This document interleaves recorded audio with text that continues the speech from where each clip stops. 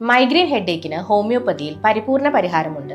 Migraine ഒരു തരത്തിലുള്ള ശക്തമായ വേദനയാണ്. തലച്ചോറിന്റെ പുറമേയുള്ള രക്തക്കുഴലുകൾ വികസിക്കുന്നത് കൊണ്ടാണ് മൈഗ്രെയിൻ ഹെഡേക്ക് അനുഭവപ്പെടുന്നത്. സാധാരണയായി 10 വയസ്സ് മുതൽ 50 വയസ്സ് വരെയുള്ള ആളുകളിലാണ് കോമൺ ആയിട്ട് മൈഗ്രെയിൻ ഹെഡേക്ക് കണ്ടുവരുന്നത്. അത് ഉണ്ടാകാനുള്ള കാരണങ്ങൾ പറയുകയാണെങ്കിൽ സ്ട്രെസ്, ഭക്ഷണത്തിലുള്ള വ്യത്യാസങ്ങൾ, ഉറക്കക്കുറവ്, അല്ലെങ്കിൽ ലൈറ്റിനോട് അധികമായിട്ട് എക്സ്പോസ്ഡ് ആയി കഴിഞ്ഞാൽ, അതല്ലെങ്കിൽ ചില type of food like chocolates, cheese, ഇതൊക്കെ പല കാരണങ്ങളാകാം മൈഗ്രെയിൻ ഹെഡേക്ക് ഉണ്ടാകുന്നത്. ലക്ഷണങ്ങൾ പറയുകയാണെങ്കിൽ പലരിലും പല തരത്തിലായിട്ടാണ് സിംറ്റംസ് കാണിക്കുന്നത്.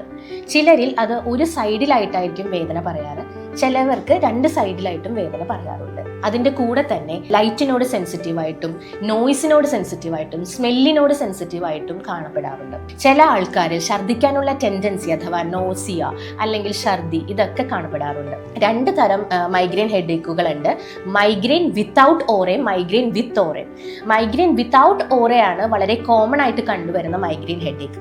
മൈഗ്രെയിൻ വിത്ത് ഓറ എന്ന് പറയുന്നത്, ഓറ എന്ന് ഉദ്ദേശിക്കുന്നത് മൈഗ്രെയിൻ ഹെഡേക്കിന് മുമ്പായിട്ട് കാണപ്പെടുന്ന ലക്ഷണങ്ങളാണ്. അതായത് കണ്ണിന് മുന്നിലായിട്ട് നമുക്ക് ഒരു ഫ്ലാഷിംഗ് ലൈറ്റ് പോലെ, അല്ലെങ്കിൽ ഡോട്ട് പോലെ, അല്ലെങ്കിൽ വരകൾ പോലെ, വെളിച്ചം വന്നിക്കുന്ന പോലെ അങ്ങനെ കാണപ്പെടുന്നത്, അതായത് മൈഗ്രെയിൻ വരാൻ പോകുന്നു എന്നുള്ള സൂചനയായിട്ടാണ് കാണിക്കുന്നത്. അത് വളരെ റെയർ ആയിട്ട് കണ്ടുവരുന്ന ഒന്നാണ്. മൈഗ്രെയിൻ ഹെഡേക്ക് വരാതിരിക്കാൻ ശ്രദ്ധിക്കേണ്ട കാര്യങ്ങൾ പറയുകയാണെങ്കിൽ മതിയായ ഉറക്കം ഉറപ്പുവരുത്തുക, ഹൈഡ്രേറ്റഡ് ആയിട്ടിരിക്കുക, സമയത്ത് ഭക്ഷണം കഴിക്കുക, വെയിലത്തേക്ക് ഒരുപാട് എക്സ്പോസ്ഡ് ആവാതിരിക്കാൻ ശ്രമിക്കുക.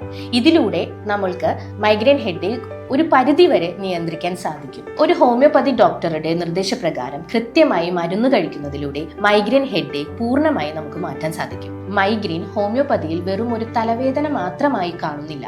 രോഗിയുടെ മനോഭാവം, ശരീര സ്വഭാവം, താപ സ്വഭാവം, വിശപ്പ്, ദാഹം, ഉറക്കം, പേടി, കോപം തുടങ്ങിയ എല്ലാ കാര്യങ്ങളും വിലയിരുത്തി മരുന്ന് തിരഞ്ഞെടുക്കപ്പെടുന്നു. ഇതിനെ കോൺസ്റ്റിറ്റ്യൂഷണൽ ട്രീറ്റ്മെന്റ് എന്ന് പറയുന്നു. അസുഖത്തിന്റെ കാലപ്പഴക്കം അനുസരിച്ച് 6 മാസം മുതൽ 1 വർഷത്തിനുള്ളിൽ തന്നെ ഹോമിയോപ്പതിയിലൂടെ മൈഗ്രെയിൻ ഹെഡേക്ക് നമുക്ക് പൂർണ്ണമായി മാറ്റിയെടുക്കാൻ സാധിക്കും.